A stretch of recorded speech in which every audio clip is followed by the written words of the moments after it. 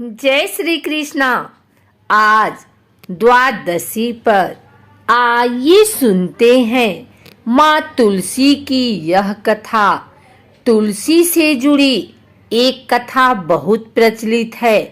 श्रीमद् देवी भागवत पुराण में इनके अवतरण की दिव्य लीला कथा भी बनाई गई है। एक बार शिव ने अपने तेज को समुद्र में फेंक दिया था। उससे एक महातेजस्वी बालक ने जन्म लिया। यह बालक आगे चलकर जालंधर के नाम से पराक्रमी दैत्य राजा बना। इसकी राजधानी का नाम जालंधर नगरी था। दैत्यराज कालनेमी की कन्या वृंदा का विवाह जालंधर से हुआ।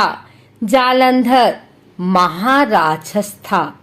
अपनी सत्ता के मद में चूर उसने माता लक्ष्मी को पाने की कामना से युद्ध किया, परंतु समुद्र से ही उत्पन्न होने के कारण माता लक्ष्मी ने उसे अपने भाई के रूप में स्वीकार किया।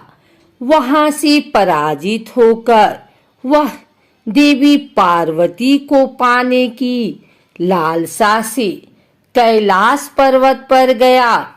भगवान देवाधिदेव शिव का ही रूप धरकर माता पार्वती के समीप गया, परंतु मां ने अपने योग बल से उसे तुरंत पहचान लिया तथा वहां से अंतर ध्यान हो गई।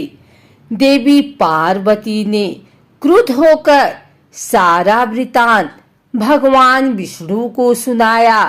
जालंधर की पत्नी वृंदा अत्यंत पतिव्रता स्त्री थी। उसी के पतिव्रत धर्म की शक्ति से जालंधर न तो मारा जाता था और न ही पराजित होता था। इसीलिए जालंधर का नाश करने के लिए वृंदा के पतिव्रत धर्म को भंग करना बहुत जरूरी था। इसी कारण भगवान विष्णु ऋषि का वेश धारण कर वन में जा पहुँचे, जहाँ वृंदा अकेली भ्रमण कर रही थी। भगवान के साथ दो मायावी राक्षस भी थे, जिन्हें देखकर वृंदा भयभीत हो गई। ऋषि ने वृंदा के सामने पल में दोनों को भस्म कर दिया। उनकी शक्ति देखकर वृंदा ने कैलाश पर्वत पर महादेव के साथ युद्ध कर रहे अपने पति जालंधर के बारे में पूछा। ऋषि ने अपने माया जाल से दो बानर प्रकट किए। एक बानर के हाथ में जालंधर का सिर था तथा दूसरे के हाथ में धड़। अपने पति की यह दशा देखकर वृंदा मूर्छित होकर गिर पड़ी। होश में आने पर उन्होंने ऋषि रूपी भगवान से विनती की कि वह उसके पति को जीवित करे।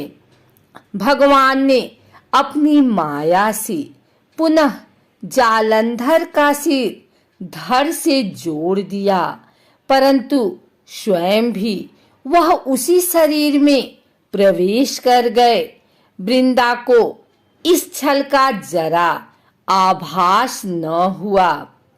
जालंधर बने भगवान के साथ वृंदा पतिव्रता का व्यवहार करने लगी, जिससे उसका सतीत्व भंग हो गया। ऐसा होते ही वृंदा का पति जालंधर युद्ध में हार गया। इस सारी लीला का जब वृंदा को पता चला तो उसने क्रुद्ध होकर भगवान विष्णु को शिला होने का श्राप दे दिया तथा स्वयं सती हो गई। जहाँ वृंदा भस्म हुई थी वहाँ तुलसी का पौधा उगा। भगवान विष्णु ने वृंदा से कहा, हे वृंदा, तुम अपने सतीत्व के कारण मुझे लक्ष्मी से भी अधिक प्रिय हो गई हो। अब तुम तुलसी के रूप में सदा मेरे साथ रहोगी।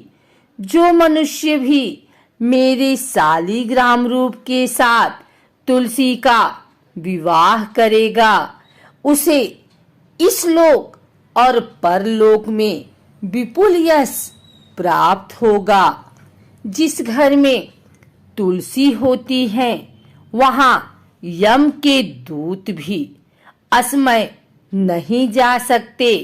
गंगा व नर्मदा के जल में स्नान तथा तुलसी का पूजन बराबर माना जाता है।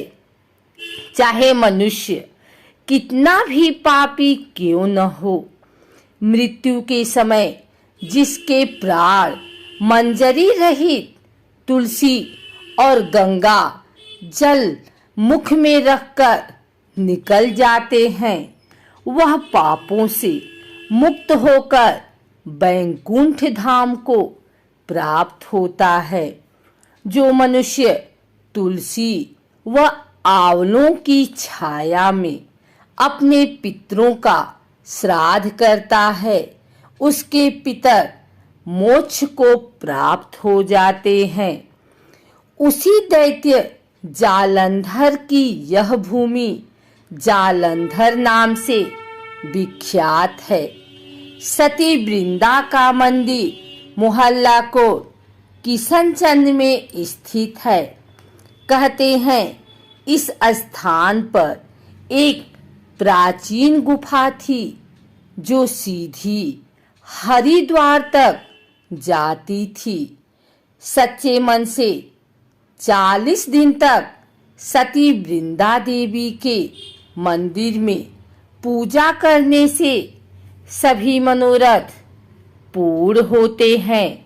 अगर आपको हमारी वीडियो अच्छी लगी हो तो इसे लाइक करें, कमेंट करें, शेयर करें और हमारे चैनल भक्ति गाथा को सब्सक्राइब करके बेल नोटिफिकेशन ऑल पर सेट कर लें ताकि आगे आने वाली वीडियो सबसे पहले आप तक पहुंच सके।